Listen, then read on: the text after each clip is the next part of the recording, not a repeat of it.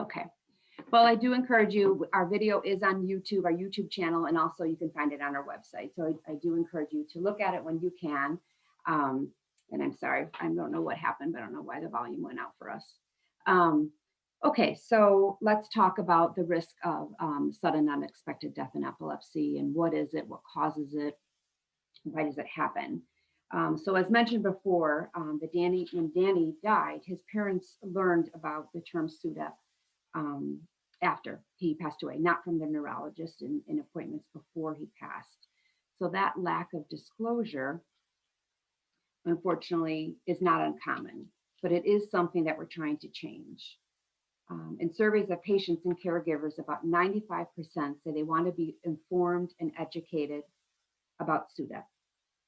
But in surveys with providers, it's typical that only about 30% of the neurologists actually counsel their patients about the risk of SUDEP. So there is a big disconnect. So one thing I should mention is that we did see some positive change in the last 4 years. More neurologists discussing the subject, other advocacy groups getting involved, and but I was reminded that there's a lot of work to be done. Almost 10 years after Danny passed away, when we learned of Cameron Boyce's death back in July of last year. His parents had never heard of SUDEP either. And what happened at the Danny Did Foundation is our phone calls and a request for assistance tripled. My heart breaks for this family, and we're so grateful that they are willing to share his story because they can now reach such a large audience. But what it also told me is that patients were learning about SUDEP from Hollywood and not from their doctor's office.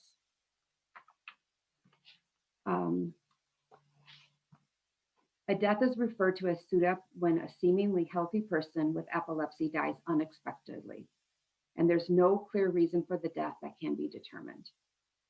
In most cases, an autopsy is required to rule out other causes of death, and the most common criteria used to determine whether a death is SUDEP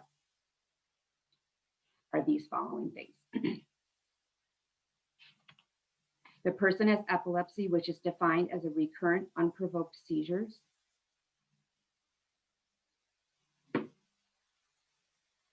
The person died unexpectedly while in a reasonable state of health. The death occurred suddenly and during normal activity, often during sleep. An obvious medical cause of death could not be determined at autopsy. And the death was not a result of status or prolonged seizures or clusters. What causes SUDEP? In most cases of SUDEP, the incident is not witnessed and the patient is found dead in the morning by their family, which was the case for Danny. The precise reason or reasons regarding what causes a case of SUDEP are unknown and still being researched. That's one of the most frustrating aspects about SUDEP. We don't know exactly why it happens, but there are a few theories.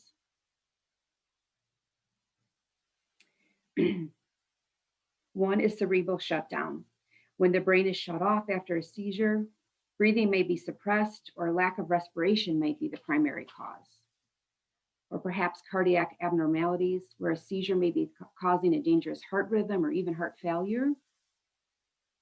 It's also possible that SUDEP may be a result from more than one cause or a combination of these causes, and the mechanisms might be different in each case. How often does it happen? The most recent research suggests that SUDEP occurs in 1 in 1,000 people with epilepsy. That applies to both children and adults. For people whose seizures are uncontrolled, however, the rate increases to 1 in 150. So seizure control is critical. Risk factors for SUDEP. These include uncontrolled seizures and regular tonic-clonic seizures. People who have either or both of these are at a higher risk.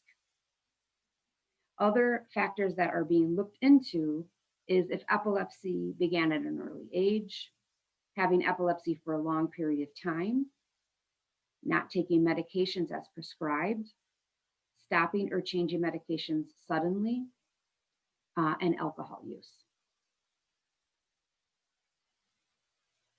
and how to minimize. There's no known 100% prevention tactic for SUDEP, but we do believe that there are steps that we can take to promote patients and families to minimize the risks. The first, like we talked about, is communication between caregiver and doctor. You cannot fight something that you do not know exists. So it's so important that these conversations are had.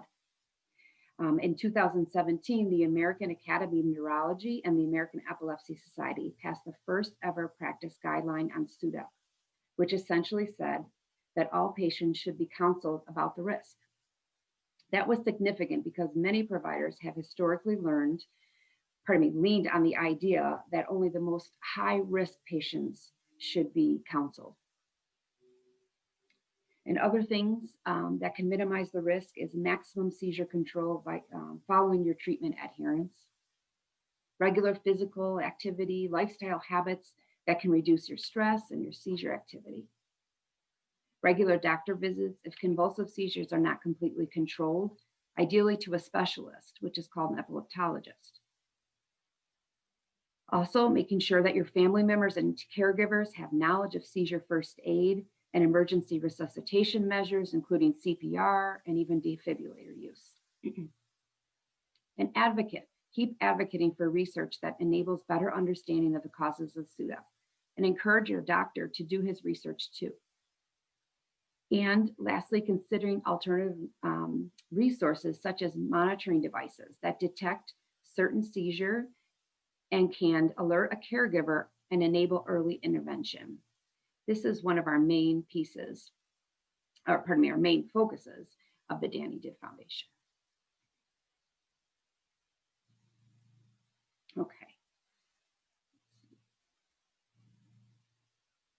Okay, and benefits here are listed. Patients and caregivers want them.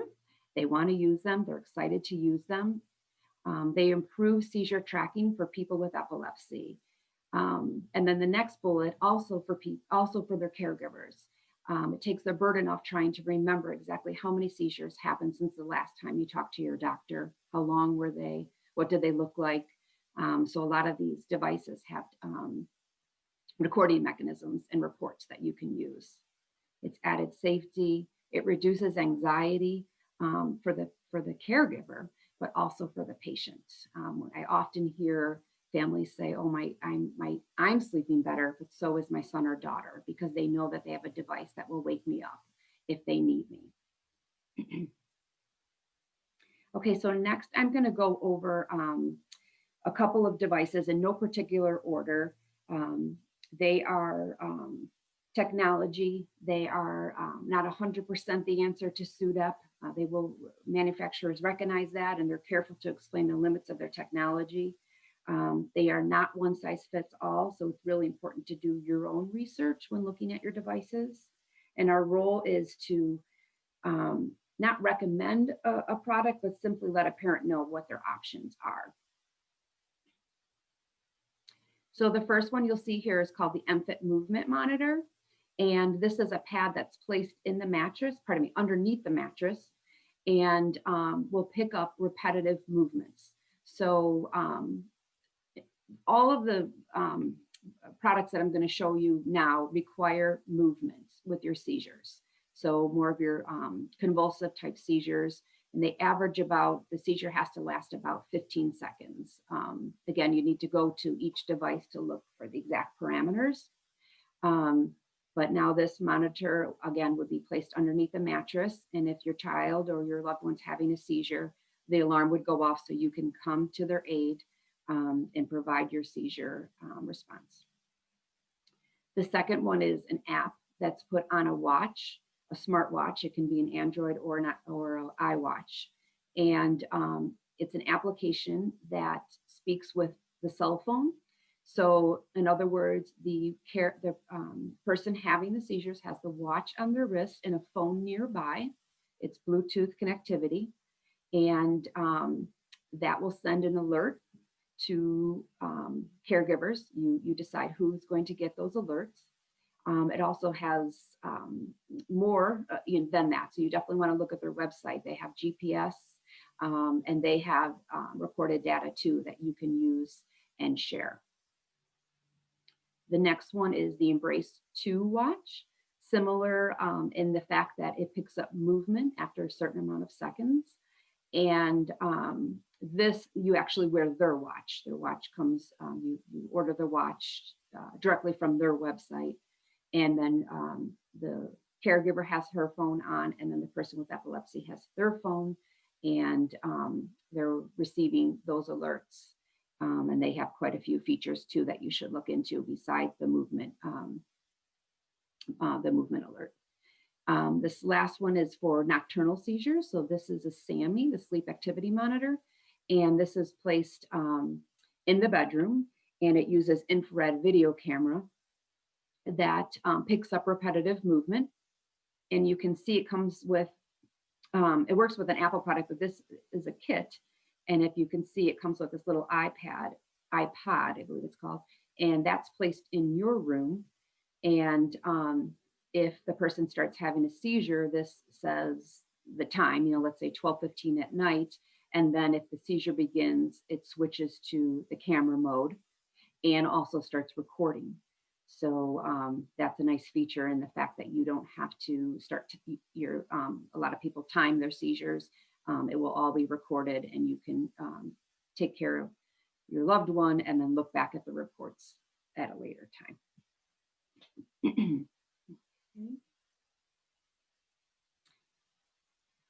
Okay, so questions to ask when considering a seizure. This is a brochure that we've come up with that we hand out quite often. There's a lot at market, and there's a lot in the pipeline, which is exciting. So Danny did a place where we can be a resource, and hoping to learn more about these devices and add them to our webpage. But there are some kind of common sense considerations, but something to stop and think about before you decide on a device. First of all, like I mentioned, making sure the device is going to pick up the type of seizures that your child has. Is it a movement monitor? So of course, then you would need to only purchase that for children who have seizures that have convulsions or repetitive movements. And some goals for the device, like thinking in your family, what's important to you? Do you want 24 hours where they're wearing something during the day and nighttime? Maybe your son's taking a bus or is independent and out and about because they're a little bit older, or maybe you only need them to be monitored at nighttime. Maybe they only have seizures at nighttime, or they're young and you have your eyes on them all day long, or a student or an aide or a teacher is with them. Do you want reports? What do you want those reports to look like for you to share with your neurologist? And also considering the patient specifically, is there a weight restriction? Is there an age restriction? Can the device be moved from place to place? Can you take that bed monitor to grandma's house? Things like that you'll want to consider. Is it wearable? And if it is wearable, does your child have sensory issues? Is this going to be a problem? Or are they going to embrace the idea of a watch or another wearable? Thinking about, can I stop and charge this? Is it waterproof? So a lot of things for you to consider. And they have tutorials as well, and a lot of information on their websites. They're wonderful customer service. Each product that I mentioned has wonderful customer service. And then, of course, determining ease of the setup and being kind of honest with what you can handle in terms of technology and your busy life, and what you can learn. And if there's someone else in the house that can help you set these devices up, how strong is the connection in your home? Things like that. So again, those tutorials are wonderful, but something to consider. And of course, cost. So most of these devices are not yet covered by insurance.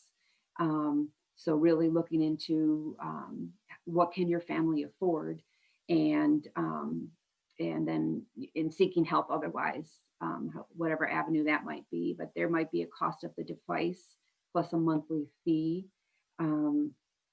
Is there any type of maintenance costs or upgrades? So things, just to consider. And one thing that I'd like to mention at this point is that we do have a financial grant program for families in need who are seeking a device but cannot afford one. And what that process entails is an application that you find on our website, and that you can, it's questions about the person who's going to be using the device and your financial need.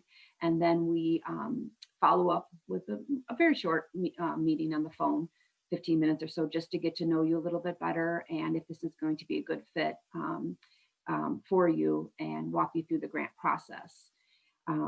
It's kind of little, so I made it bigger on this screen. Again, you can go to dannydid.org to find the grant application and print it out, or you can reach out to enjoylife@dannydid.org and request one as well.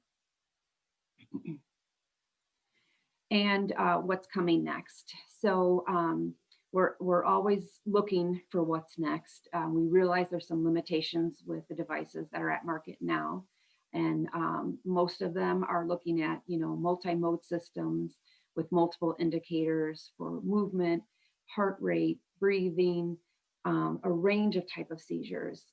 It's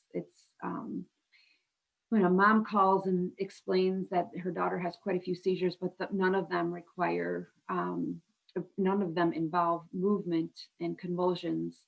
There's not a lot of choices for them right now. So we're really hoping that especially the heart rate capabilities is added to quite a few devices, or new devices will be made that have those capabilities. Self-learning is a new AI here, is a new thing. That is definitely exciting. And an Embrace watch is using that in terms of recording your false alarms so that it stops alerting when you are having false alarms, meaning if you walk the dog every day and it goes off, you train your watch not to go off during that. It recognizes this is not John's seizures, this is something else, and it stops the alarms. Devices can play a role in trials that help doctors understand the causes of SUDEP. So making sure that people have them on, and what happens while they have that device on, they can go back and look at the recordings and the any data. We're hoping for a more fluid pipeline of FDA-approved devices.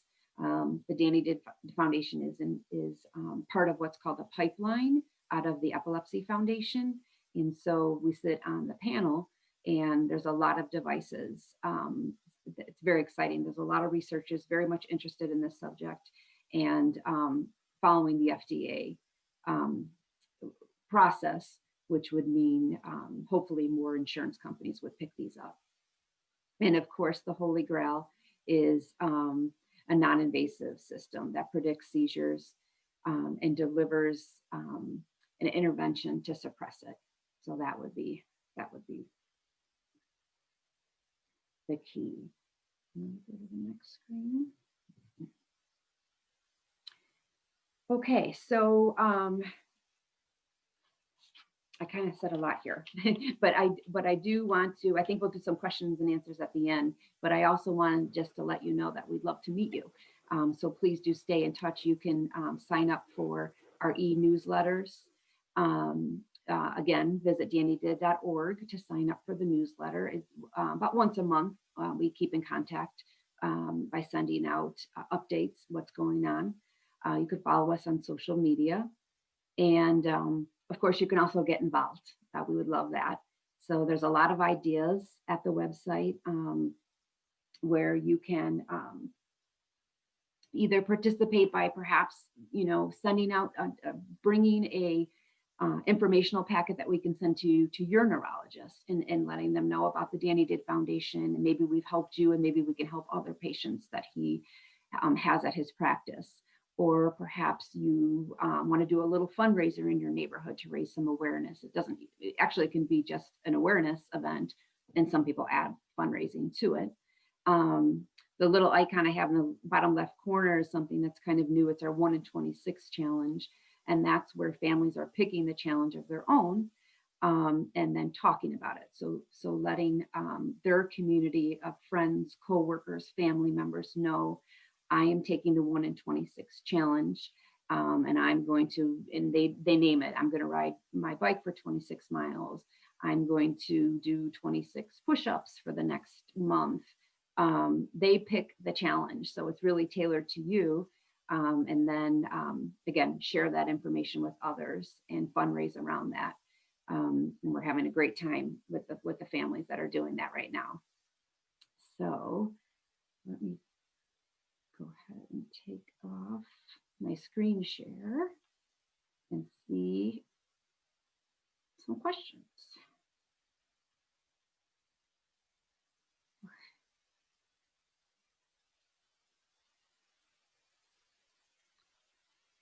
Okay, how are we doing? We're okay on time. Someone did ask if I wanted to show the video over. Maybe we'll decide at the end if we should risk that. Okay, and I have my I have Tom Stanton, who's the executive director. He's on as well and joining us today. So he's going to look through the chat and see if we have any questions, but feel free to add them. And Tom, so everyone knows, is also Danny's uncle. Thanks, Mary. Yep, I'm happy to be a part of the team and to have a chance to work with Mary. And if everybody's seeing in the chat, there is a plug for a session tomorrow morning about the Eureka smartwatch remote care and alerting system. So, you know, like Mary said, there's always new products in the pipeline. There's always new things coming along. So a lot of what we do is answering questions or connecting families with companies who want to learn more about what patients want and need. So I think, you know, our community can play a big role in kind of shaping the next generation of devices by telling them, you know, what are the needs of a caregiver? What are the needs of a patient? So I think we should all feel empowered that way.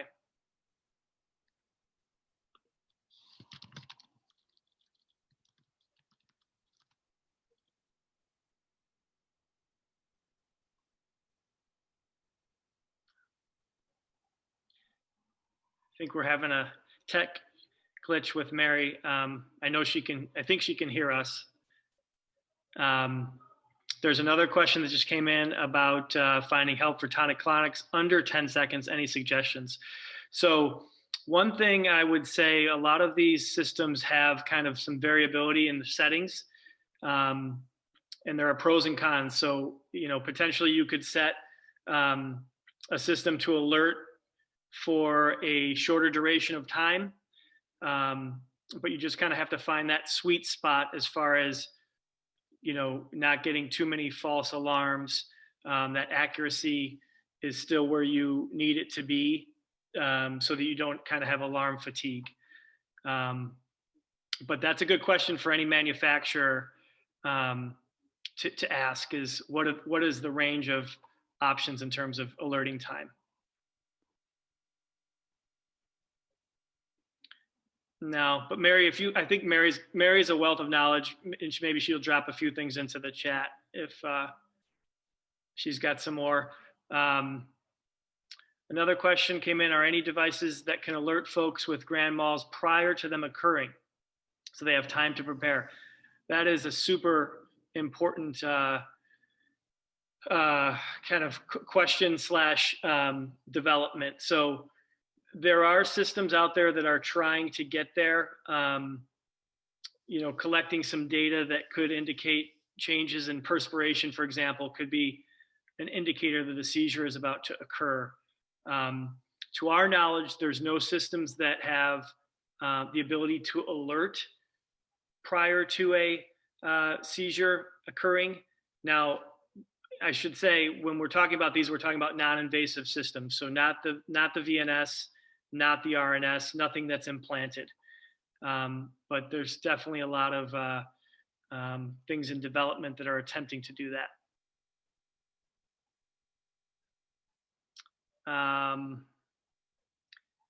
Let's see, Nancy has a question about jerks.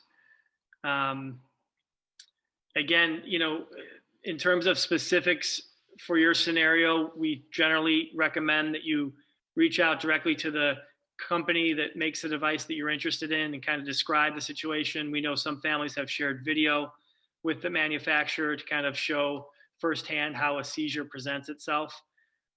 We typically try not to, guess what will work for what types of seizures, just because they can all be very different. But certainly asking a question to the company is a good idea. And that also gives you a test of their customer service.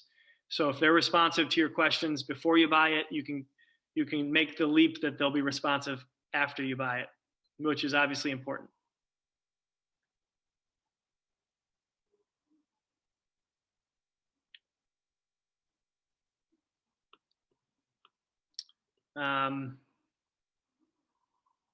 So Mary mentioned, we do have the grant process in place. We try to keep it simple. So if you know somebody that could benefit from our support, either in the financial realm or just in the consultation realm,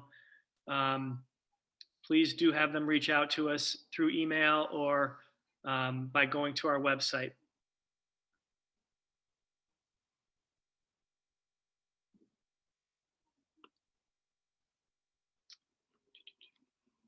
Okay, Mary added a note to the chat there, just reiterating the value of giving the company a call and explaining specifically, are the jerks repetitive?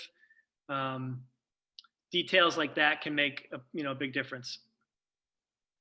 Yeah, so that's a good note. So we are very involved in the collaboration with other advocates. It's important to us as a small nonprofit to work together. So Epilepsy Awareness Day is one example where there's a lot of groups coming together to provide resources.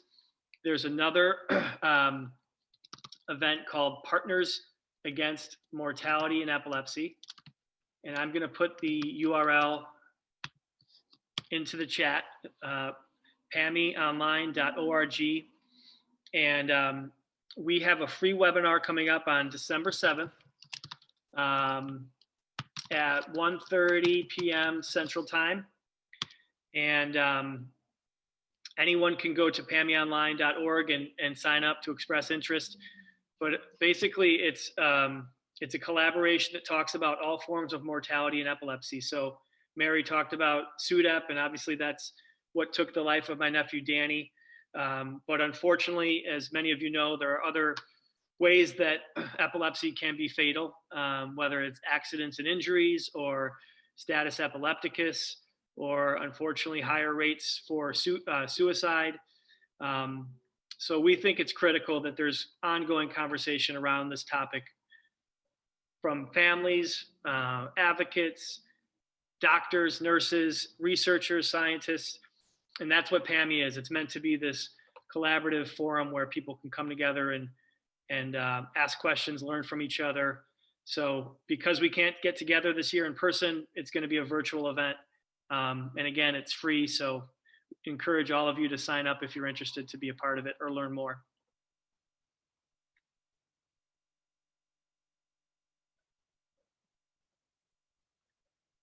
Okay, so Mary's going to give one more shot to the video. And if it doesn't work, I'll throw the link into but give it a shot, Mary.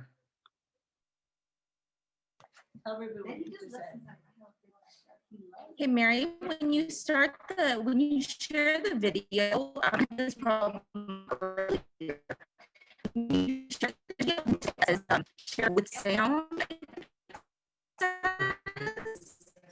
We were talking about the other day. I don't know if that. Okay.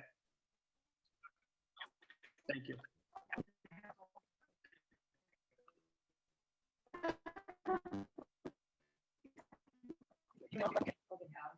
The old site.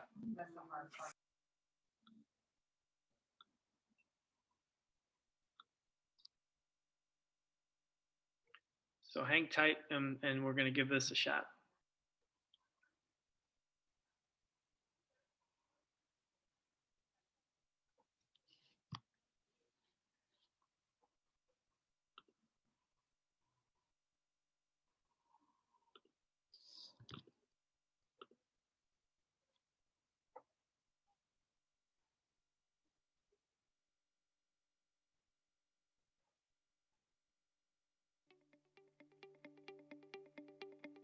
My name is Tommy, and I have a story to share. It is a story of one family's journey.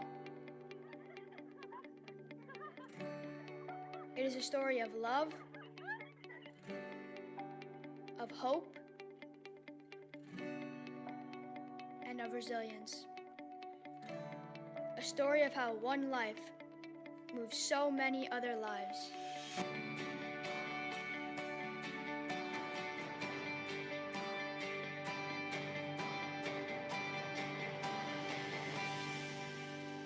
This is the story of what Danny did.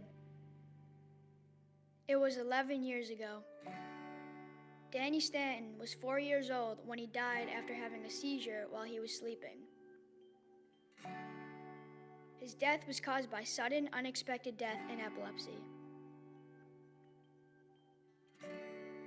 The Danny Did Foundation began as a promise to Danny to protect those suffering from seizures.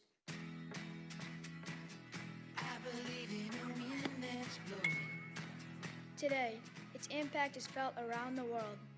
The foundation has provided thousands of grants to families in all 50 states and across 13 countries.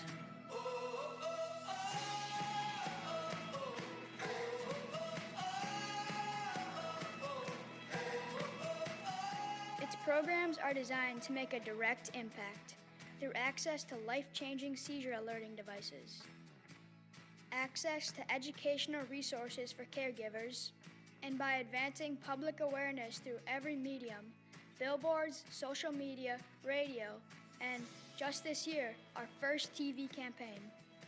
Connect with us at DannyDid.org to learn more and to donate. If people don't understand what epilepsy is, how can they care enough to join the fight? This is the face of epilepsy. And this face. And this face. Since its inception, family has been at the core of the Danny Did Foundation because epilepsy affects the entire family. A new chapter of hope is written every day. I know this story well because Danny is my brother.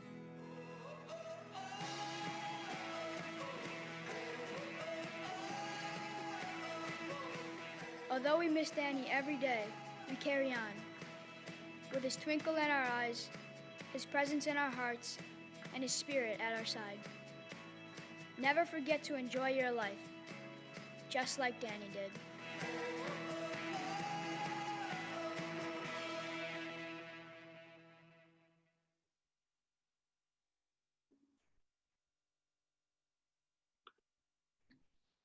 Thanks, Mary, for figuring that out. I'm not sure, you want to see if we can hear you? Yeah, okay. Well, I'm glad we could play that. And you kind of see, that was obviously Danny's brother, Tommy, his younger brother, and he's got 2 older siblings. So we are a family first organization, and we thank everybody for spending time with us this afternoon. If there's any way we could be helpful, we certainly don't have every resource, but we try to connect the dots and get people to the place where they can find help if it's not us. Jenny, I don't know if you have any other questions or anything you'd like us to do before we wrap up. Nope, you guys are all set. Thank you so much. Okay. All right. Thanks for having us. Thank you, Tom. Thank you, Mary.